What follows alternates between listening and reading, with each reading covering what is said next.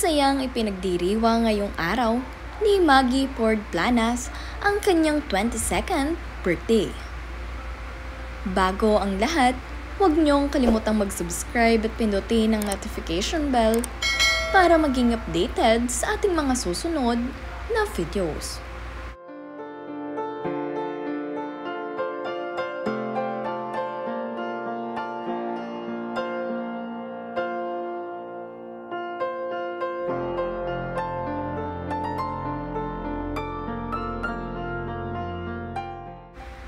Simple lamang ang naging 22nd birthday celebration ni Maggie dito sa kanilang bahay.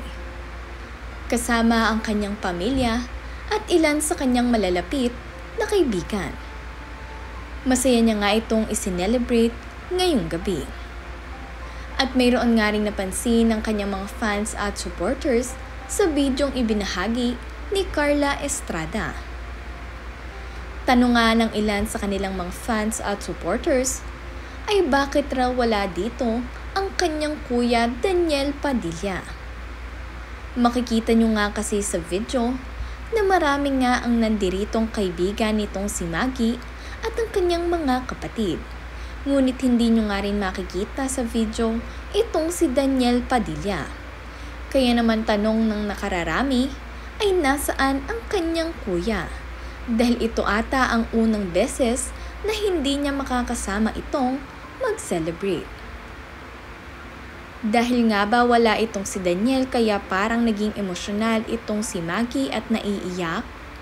Marami nga ang napapatanong kung nasaan itong si Daniel Padilla.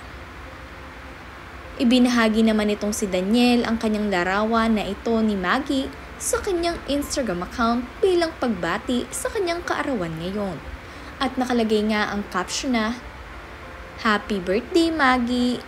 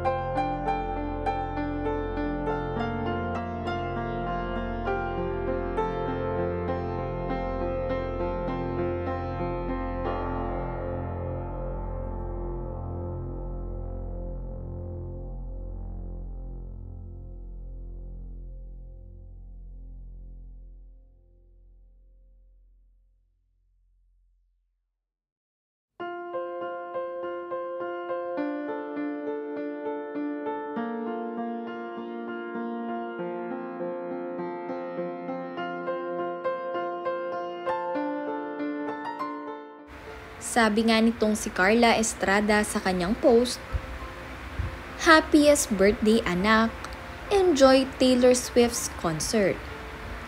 Happy birthday, Maggie Pord."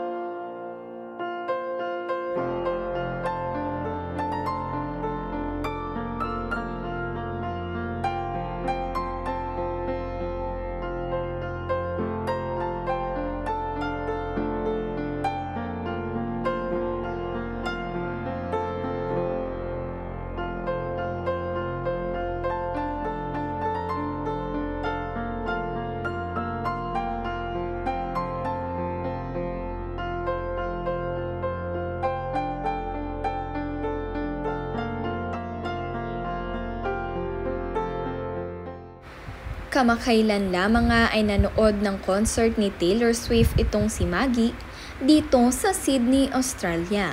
At masayang-masaya nga siya dahil siya ay nakapunta sa Eras Tour. At nakita niya ng malapitan ang kanyang idolo na si Taylor Swift.